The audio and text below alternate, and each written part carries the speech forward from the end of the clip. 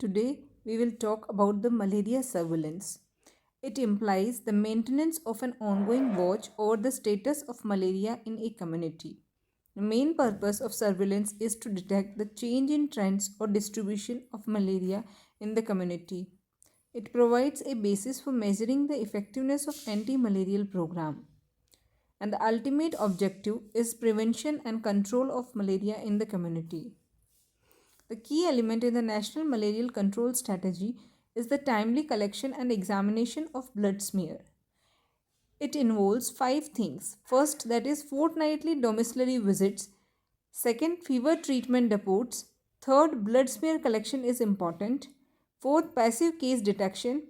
And fifth, that is drug distribution center. Now, discussing one by one in detail, first we will go with the fortnightly domiciliary visits. Under the National Vector-Borne Disease Control Program, the active case detection is carried out by multi-purpose health workers under the primary healthcare system. And these components of the activities which will be covered under the active case detection during fortnightly visits are, there are three components. First, we will search for a fever case or who had fever in between the visits of multipurpose worker. Second, collection of blood smear from such cases. And third, that is administration of appropriate anti-malarials.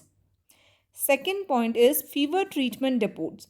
They were established to avoid the delay in detection of cases which occur in between the visits of multipurpose worker and especially in areas which are remote or inaccessible and have low population density. For example, in the hilly terrain of Jharkhand, Chhattisgarh and Madhya Pradesh and arid areas of Rajasthan.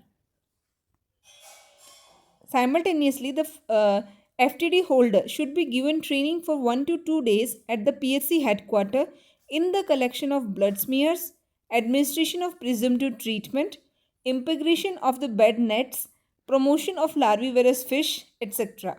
And he should be paid TA, DA and honorarium as per the guidelines of National Vector-Borne Disease Control Program for attending the training. Third point is blood smear collection is important. It is necessary to have the parasite confirmation, especially in view of the fact that large areas in this country have predominant infection with Plasmodium falciparum. So, indiscriminate use of second line drugs such as ACT therapy, that is artesunate sulfadoxine combination therapy, under the presumptive treatment, it will be always disastrous and it will be going to precipitate the multi drug resistant strains of Plasmodium falciparum. Fourth step is passive case detection. In view of the shortage of multipurpose worker for conducting the active surveillance, it is of utmost importance that passive collection of blood smears from fever case should be increased. And all the allopathic, Ayurvedic, homeopathic, and private practitioners should be identified and involved in passive case detection. And it should be done as per all the fever cases attending the hospital should be screened for malaria and given presumptive treatment. And it can be done at the village level by the voluntary workers, which we can draw from the local residents or voluntary agencies operating locally or Anganwadi workers. And the last point is drug distribution center. If it is not possible to have FTD everywhere, the medical officer should establish the DDC. The function of DDC is the same as that of FTD, except that the DDC do not take the blood slides but only administer drugs to fever cases.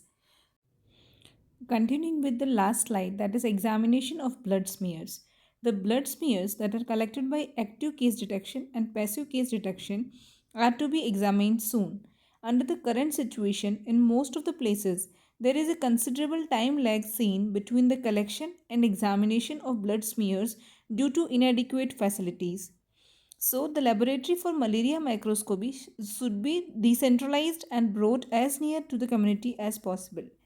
And calculating the annual blood examination rate and the monthly blood examination rate by the given formula as shown in the video, both of these is an index of operational efficacy of the program, and the annual parasite incidence, it depends upon the ABER.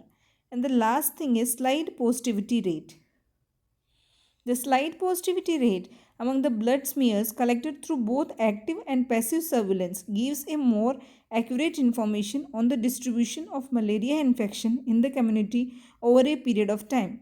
and it's calculated by the given formula as shown in the video.